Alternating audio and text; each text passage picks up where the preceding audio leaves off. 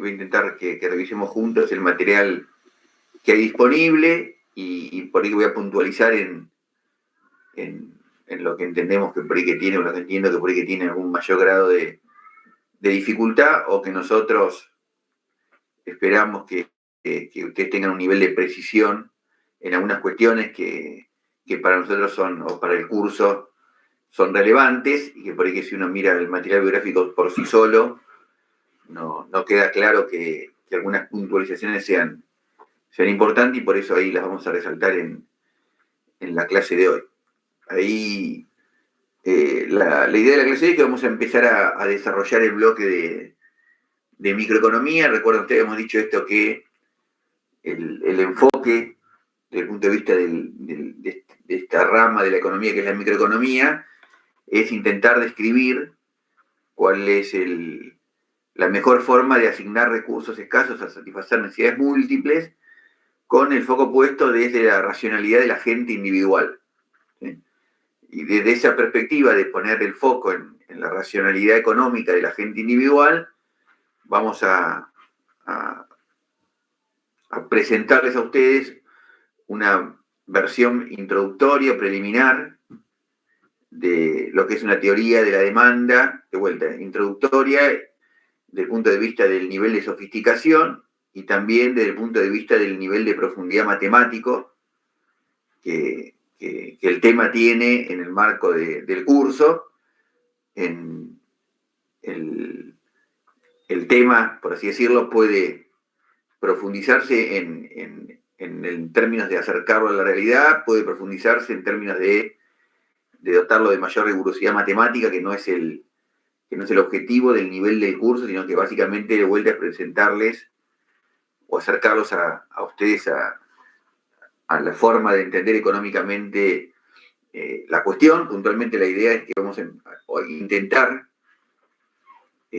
pasar revista a una versión muy simplificada que describe cómo tomarían decisiones de consumo de un bien o de un servicio X un consumidor individual.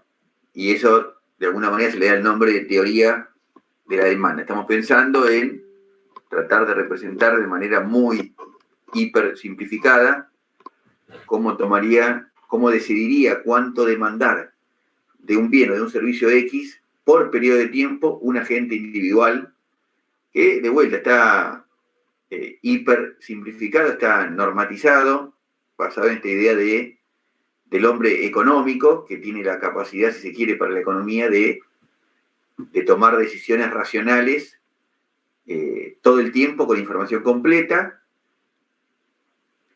y que desde ese punto de vista la economía pretende, de vuelta, describir lo que debiera ser el comportamiento racional de un agente económico. No quiere decir esto que todos tomemos decisiones de consumo de bienes y servicios de la misma manera, sino que, de vuelta, es un modelo normativo. Dice, bueno, ¿cómo debiera ser la toma de decisiones para un consumidor individual, para de vuelta, un homo económico que tiene la capacidad de estar tomando estas decisiones racionales?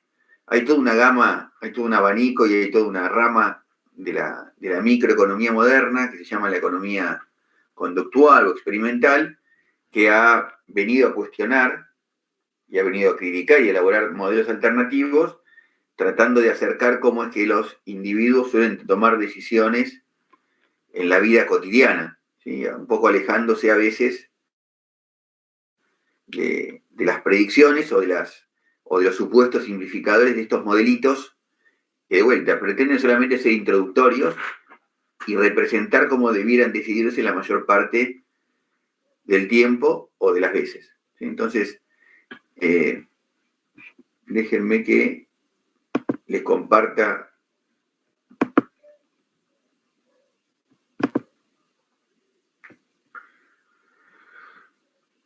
pantalla para...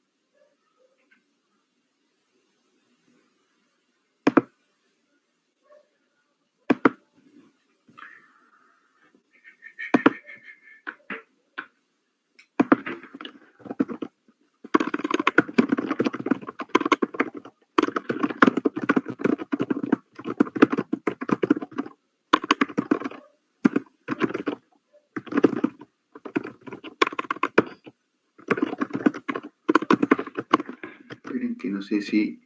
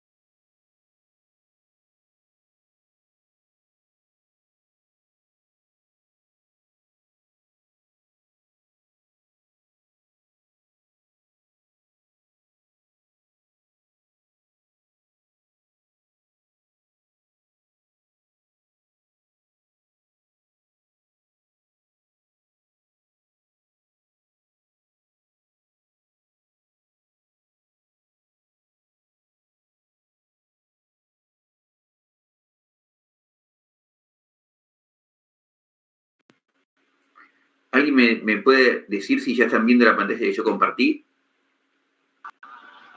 Sí, creo que se ve. Bueno, primero que nada, como les decía, van a ver ustedes que, o lo que ustedes debieran tener como material mínimamente biográfico, que más allá del, o si alguien está mirando el libro, hay un dossier que dice, o que se llama Atucha et al. 2018. Atucha es el autor, digamos, de este dossier.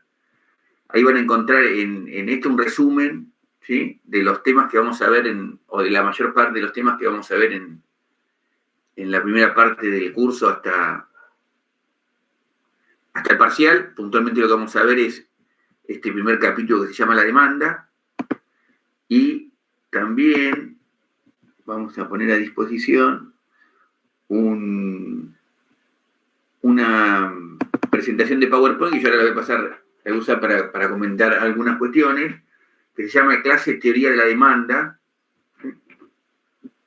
que tiene inserto un audio que, dependiendo de las versiones y lo que fuera, dependiendo de las versiones y lo que sea, creo que de vuelta, estos audios que tiene, que había veces creo que la página no andaba muy bien, no se podían ejecutar, tienen unos audios que son extremadamente resumidos para puntualizar algunas cuestiones que yo voy a decirlas ahora, o la mayor parte de ellas las voy a comentar en la clase, ¿no? Entonces, básicamente la intención es resaltarle que lo que vamos a estar haciendo, o lo que pretendemos que ustedes vean como modelo hipersimplificado de separar entre lo que se conoce con el nombre de función, por eso está resaltado ahí con mayúscula, de demanda, que es esa función o esa relación funcional genérica, donde la variable Q de xt representa las cantidades de un bien o de un servicio X que un consumidor estaría dispuesto a demandar por periodo de tiempo T, ¿sí?, y que esa variable que está del lado izquierdo de la igualdad depende principalmente al menos de esos 5 grandes argumentos, que son el precio del propio bien X, el precio de algunos otros bienes, que nosotros agrupamos en 2 grandes grupos, que son bienes sustitutos, aquellos bienes que que el consumidor estaría dispuesto a consumir de manera alternativa para satisfacer la misma necesidad, y el precio de bienes complementarios, aquellos bienes que tienen que ser consumidos de manera conjunta con el bien X para satisfacer la misma necesidad. Una cuarta variable que denotamos con la letra I, que hace referencia al nivel de ingreso monetario, cuántos pesos por periodo T tiene el consumidor para gastar, y una quinta variable G, que refiere a los gustos o a la preferencia del consumidor. Entonces, lo que habitualmente intentamos resaltar y separar es, por un lado, esta noción de función de demanda, que de la función de curva de la noción de curva de demanda, fíjense de vuelta, curva está o intenta estar en mayúscula con negritas, para que ustedes noten que esa diferencia de conceptos, para transformar la función de demanda en una curva de demanda, lo único que hicimos fue hacer que todos los factores que determinan o que influyen, o que son variables exógenas a las cantidades demandadas del bien, permanezcan constantes, y eso es lo que suele abreviarse como CP, o como ceteris paribus, o como esta condición de que todo lo que no sea la variable precio del bien X permanezca constante. De vuelta, en esto de marcar aquellas cuestiones que necesitamos o que son importantes o que requieren que ustedes tengan presentes para diferenciarlo, la función de demanda refiere a la relación funcional genérica donde las cantidades dependen de todas esas variables exógenas. La curva de demanda, lo único que se está poniendo foco es en intentar separar cuál es la relación o cuál es el efecto o cuál es la influencia que tiene el precio del bien sobre las cantidades que un consumidor estaría dispuesto a demandar por periodo de tiempo.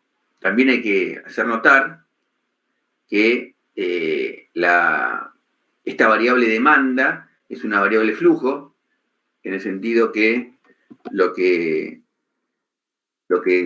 se intenta medir son cantidades por periodo de tiempo, ¿sí?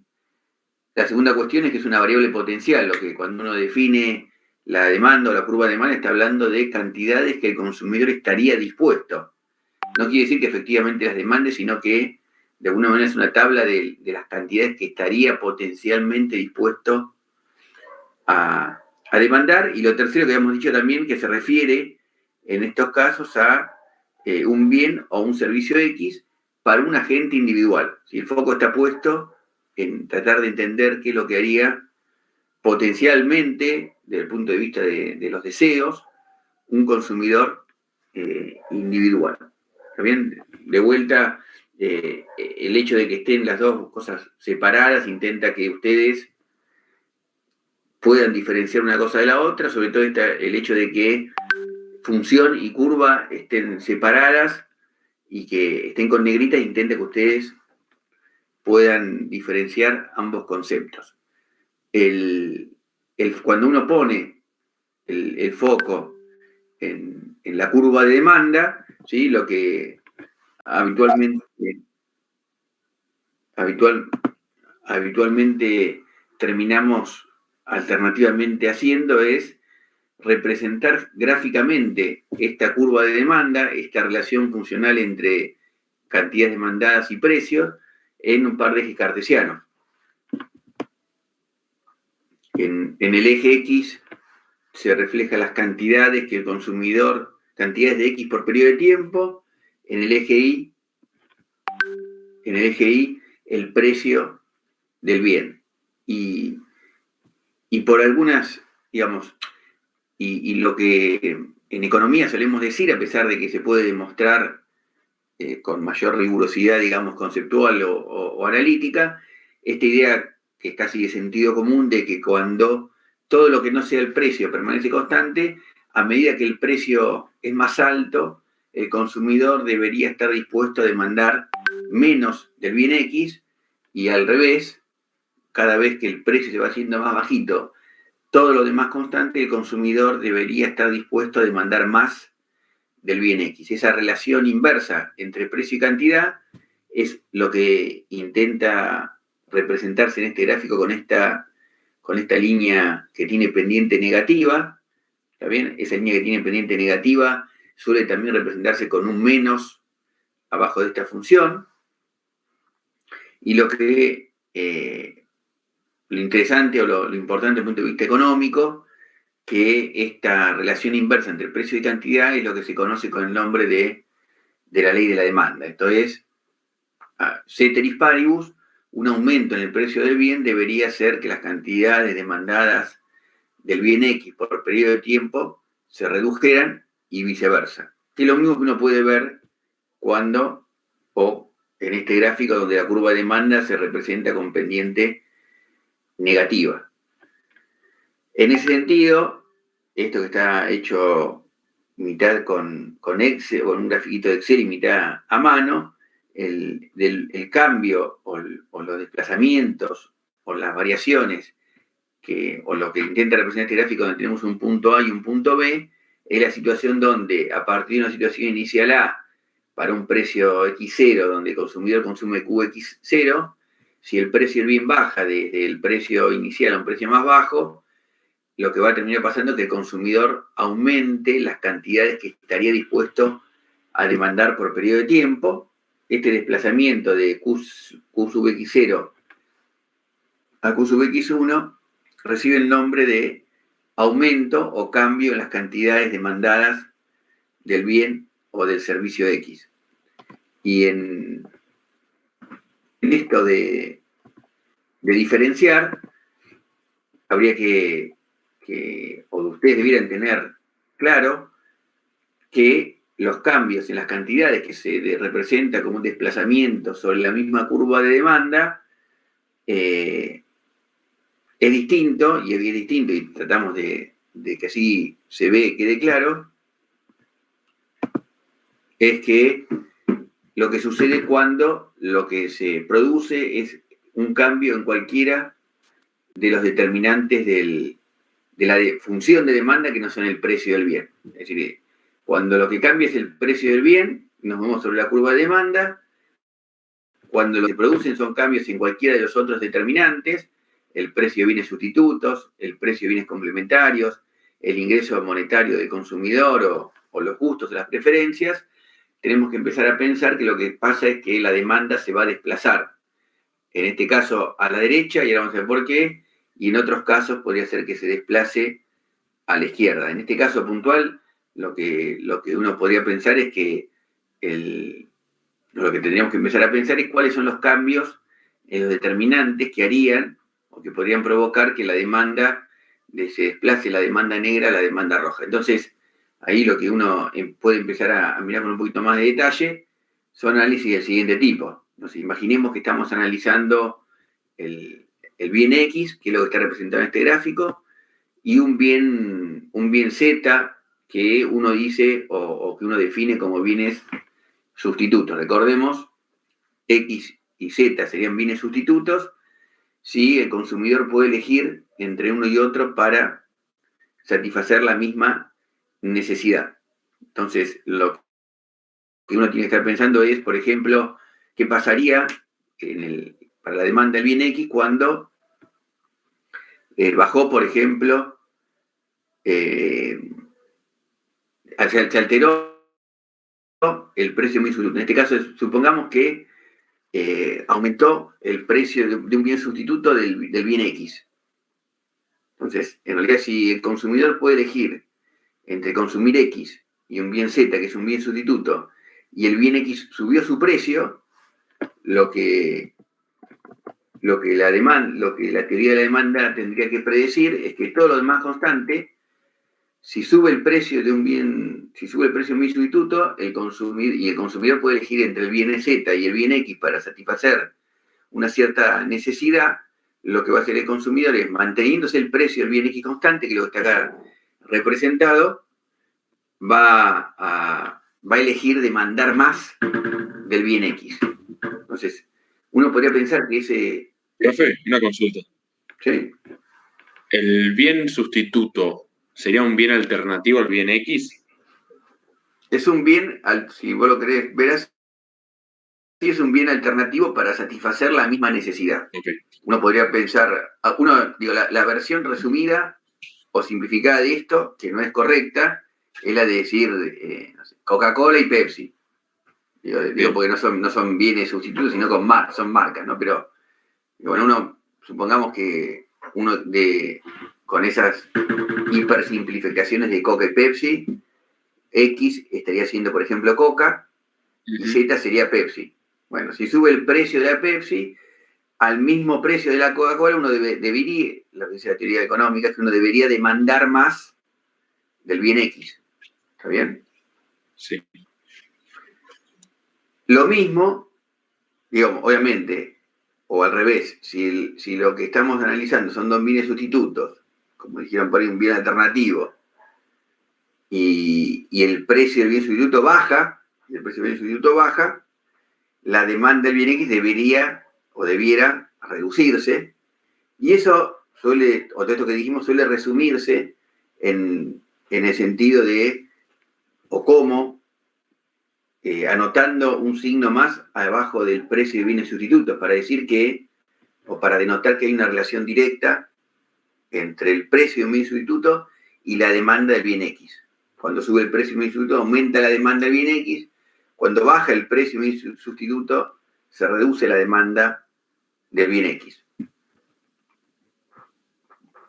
También uno puede usar este gráfico para pensar qué pasaría con la demanda del bien X cuando lo que cambia es el precio de un bien complementario. Un bien complementario, recordemos, aquel que tiene que ser consumido de manera conjunta con el bien X para satisfacer la misma necesidad. Para poner un ejemplo burdo, supongamos que fuera el caso de un consumidor que le gusta tomar, no sé, para tomar la merienda, le gusta tomar el café con azúcar, digamos, café con leche. Entonces, la cuestión acá sería, ¿qué pasaría, por ejemplo, si esto fuera la demanda de azúcar? Y, por ejemplo, baja el precio del café. Bueno, si baja el precio del café, uno tendría que pensar, por ejemplo, que esto sería el mercado que representa el café. Si bajó el precio del café, aumentan las cantidades consumidas del café. Y si aumenta la cantidad consumida del café y el azúcar es un bien complementario, lo que va a pasar es que bajó el precio del café, termina aumentando la demanda de azúcar, porque son bienes que se tienen que consumir en forma conjunta. ¿Está bien? Entonces, el paso de la demanda negra a la demanda roja también podría haberse producido, en este caso, por ejemplo, porque se produjo una reducción del precio de un bien complementario para el consumidor. Lo contrario hubiera pasado si en lugar de bajar el precio de un bien complementario hubiera subido el precio de un bien complementario, y esta relación inversa que hay entre el precio de un bien complementario y el bien y las cantidades demandadas del bien X se suelen denotar o se suelen resumir anotando un menos debajo del precio de bienes complementarios para decir, o para pensar, o para resumir, que hay una relación negativa entre el precio de los bienes complementarios y las cantidades que un consumidor estaría dispuesto a demandar por periodo de tiempo.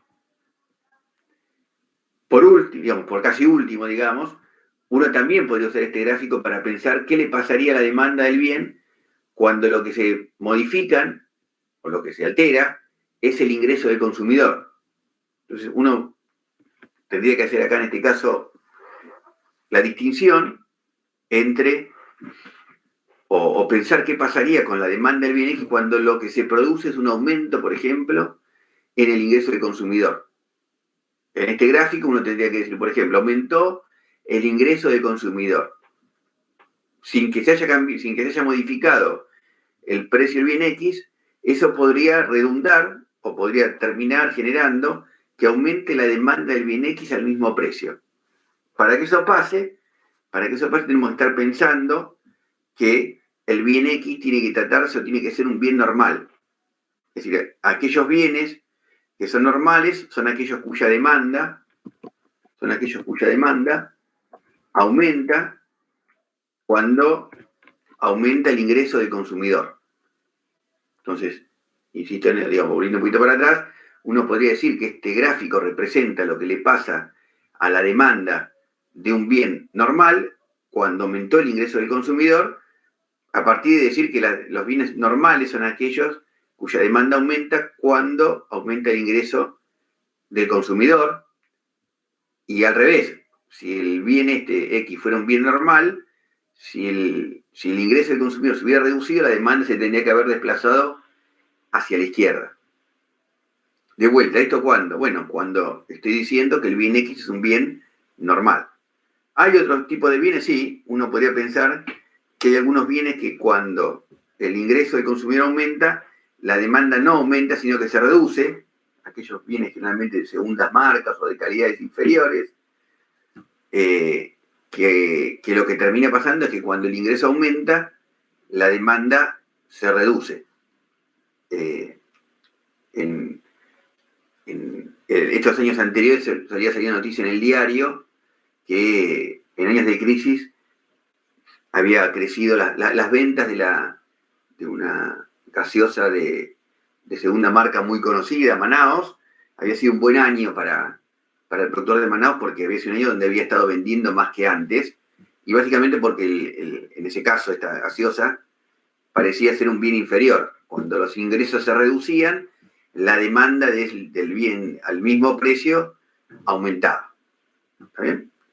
Y el último caso con el que podríamos pensar, digo, y en definitiva, así como podríamos denotar la relación entre el precio de bienes sustitutos y las cantidades demandadas con un más, la relación entre el precio de bienes complementarios y la demanda del bien X con un menos, el ingreso o denotar la relación entre los ingresos y la demanda del bien con un más o con un menos, según se trate de bienes normales o bienes inferiores.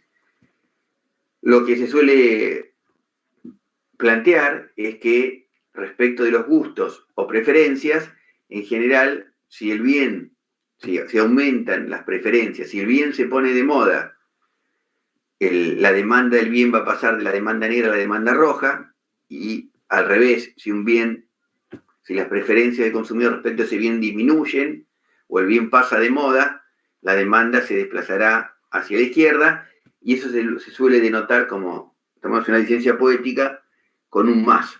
Mayor gusto o mayor preferencia, o que el bien se ponga de moda, se traduce en aumento de la demanda, y viceversa. Si los costos, las preferencias se reducen, la demanda también se reduce. En cualquiera de los casos, lo importante es que ustedes tengan presente que cambios en cualquiera de los determinantes que no son el precio del bien, ¿sí? Esto acá, de manera, digamos así, genérica, precio de otros bienes relacionados, el ingreso del consumidor, los gustos, lo que termina pasando es que la demanda aumenta, como en este caso, o como en este gráfico que está en la hojita siguiente, o se reduce. ¿Está bien? Al mismo precio de X, el consumidor demanda más, y eso se llama cambio, en este caso, aumentos de la demanda, para diferenciarlo de cambios en las cantidades demandadas, desplazamientos sobre la misma curva de oferta, cuando lo único que cambió fue el precio del bien X. Entonces, esto de vuelta, me interesa puntualizarlo, por eso nos tomamos este ratito para revisar la presentación. Profe, Sí. te hago una consulta que no me quedó claro recién. Lo que dijiste fue que si aumenta el nivel de ingreso, los gustos, los precios de los bienes complementarios o el precio del bien sustituto, ¿aumenta la demanda? No.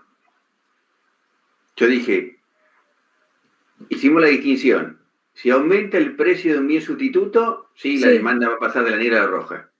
Ahora, para los bienes complementarios, tiene que pasar lo contrario. Ah, bien. Si yo digo, si tengo dos bienes X y Z, ¿está bien? Supongamos que esto fuera Z y esto fuera X, ¿está bien? Y los dos bienes son complementarios. Baja el precio del bien X, ¿está bien? Baja el precio del bien, imagínate que acá fuera Z, ¿no? Baja el precio del bien Z, aumenta las cantidades consumidas del bien Z. ¿Está bien? Bajó el precio de Z. Como Z y X son complementarios, aumenta la demanda. ¿Está bien? Entonces, bien.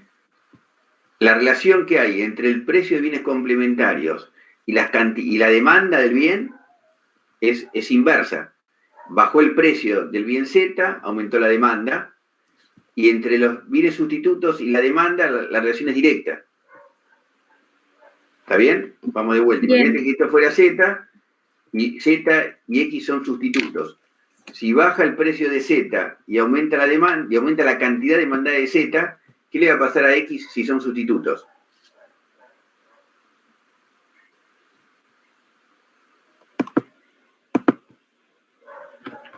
De vuelta, no sé si quedó clara la pregunta, pero si fuera Z, si esto fuera Z y esto fuera X, y fueran sustitutos, ¿está bien? Si baja el precio de Z y se consume más de Z, aumenta la cantidad consumida de Z, y los dos son sustitutos, el consumidor va a demandar menos.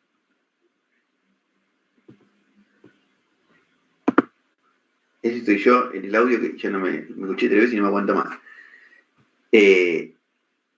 Si se demanda más de Z y los dos son sustitutos, se va a demandar menos de X. Entonces, por eso, esto es, para el que preguntó, acá yo tendría que poner relación inversa, o un menos, relación positiva o un más. Con el ingreso hay que hacer la salvedad que puede ser un más o puede ser un menos, según los bienes sean normales o sean inferiores. Entonces, esto refleja lo que le pasaría a la demanda del bien X cuando aumentó el ingreso del consumidor, solo si el bien X es un bien normal. ¿Está bien? O podría representar lo que le pasa al bien X cuando baja el ingreso del consumidor si el bien X es un bien inferior.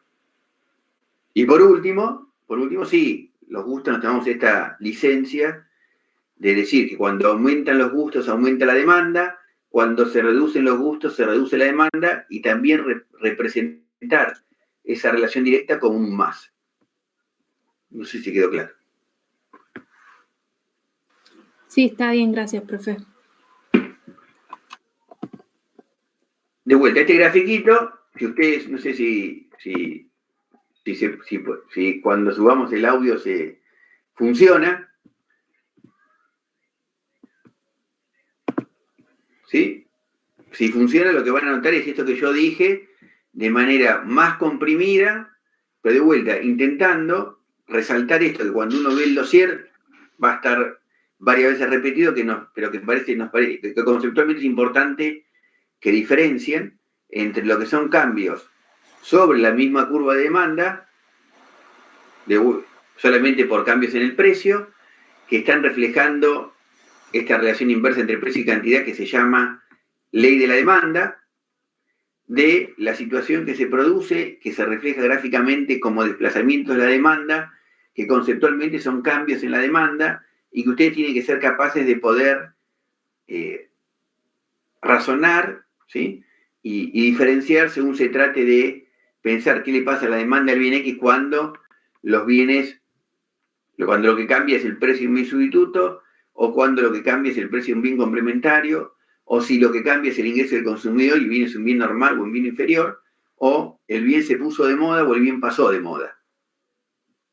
¿Está bien? Eso es lo que van a ustedes a escuchar, si que el audio anda de manera mucho más compacta. Eso es lo que ustedes van a ver.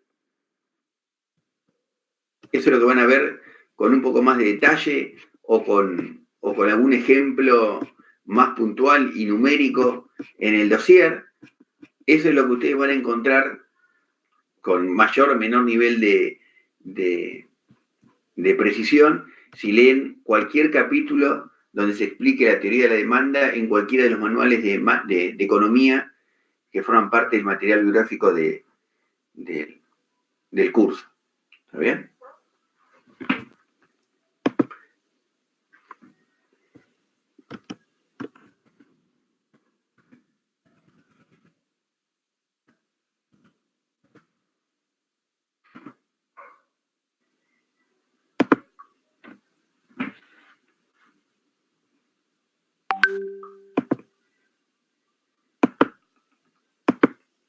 Entonces, no sé si, obviamente de la mano de esto, en la guía de trabajos prácticos, ¿sí? Lo que van a encontrar son algunas versiones hipersimplificadas, ¿sí?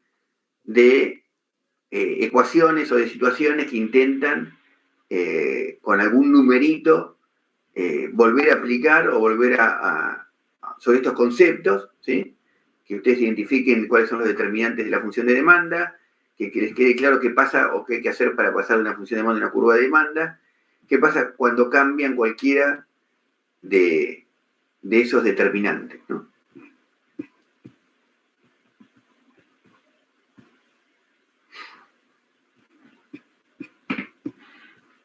No sé si alguien tiene alguna duda, alguna consulta para los valientes que que mantiene la cámara prendida.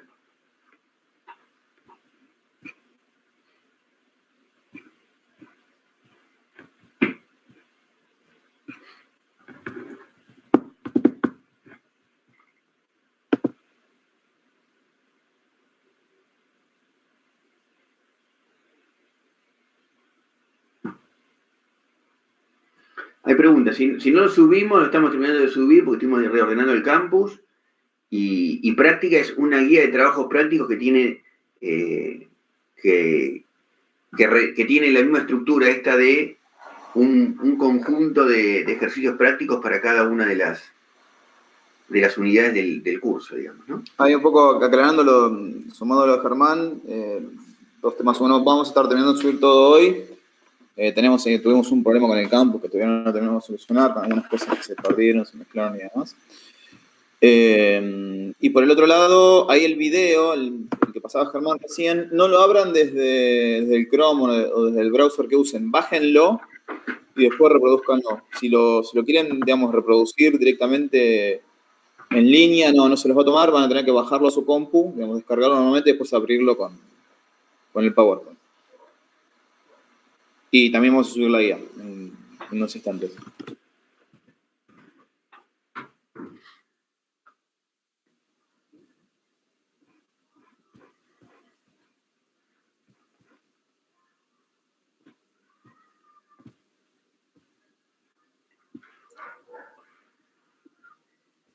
No sé si alguien tiene alguna duda, consulta.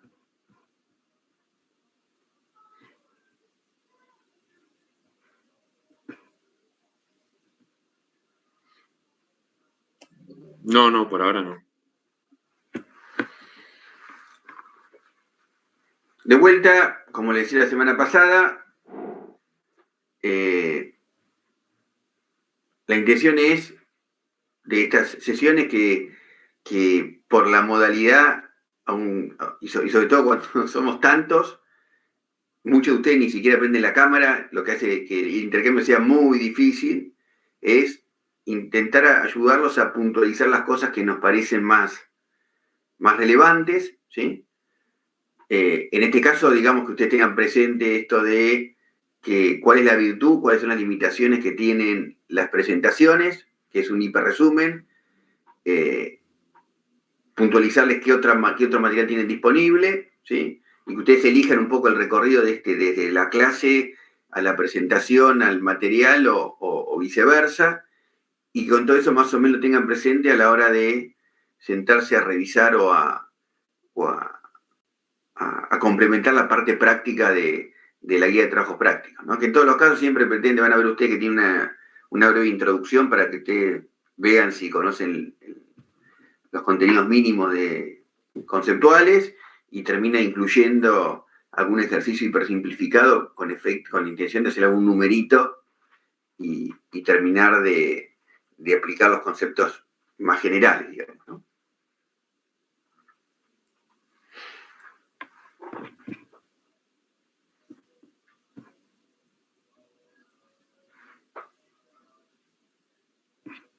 No sé si alguien tiene alguna consulta más.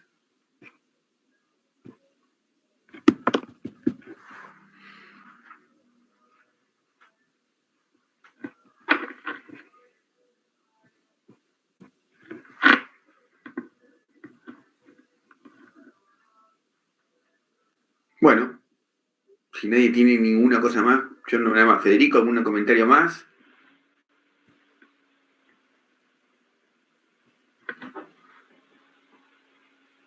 Estaba muteado.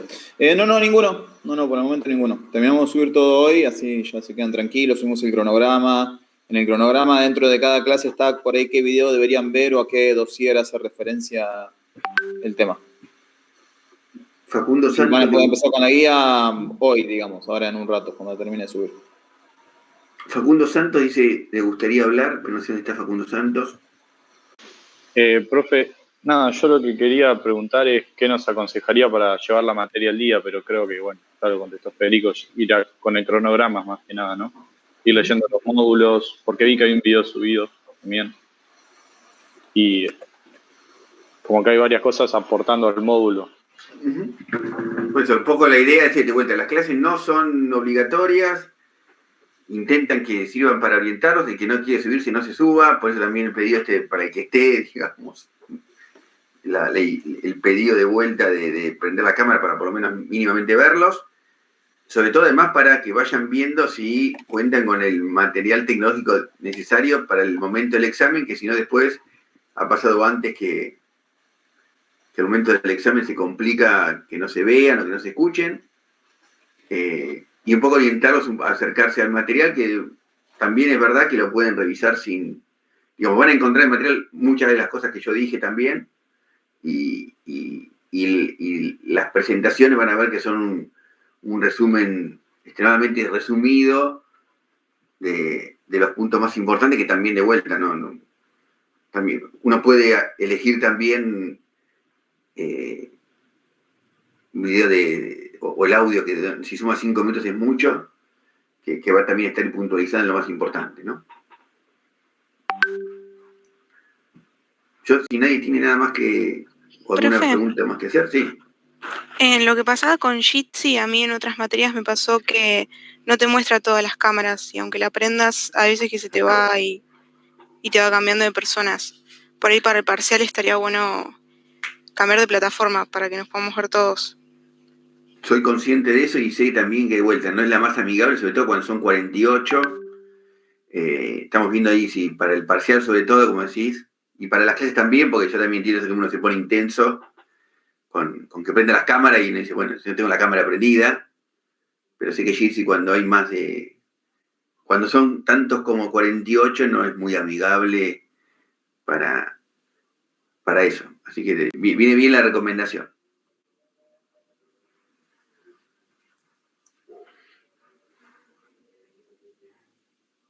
No sé si Facundo Santos quería decir alguna cosa más. No, nada más. Quería saber nada, ¿qué nos aconsejaba nada más para llevarla bien al día la materia? Bueno. Gracias. Bien. Si no tiene nadie nada más que preguntar, consultar, nos vemos el martes próximo. ¿Sí? ¿Te puedo hacer una consulta? Sí.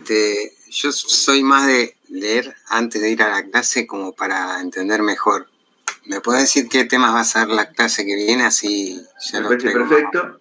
La clase que viene vamos a ver es teoría de la oferta. Uno puede hacer el mismo recorrido de mirar la presentación que va a decir teoría de la oferta. Habría que revisar en el dossier que yo les comenté de funcionamiento de los mercados, el capítulo que tiene que ver con oferta, y cualquiera de los manuales de economía que estén referenciados, leer el capítulo que tiene que ver con oferta. Ok, gracias.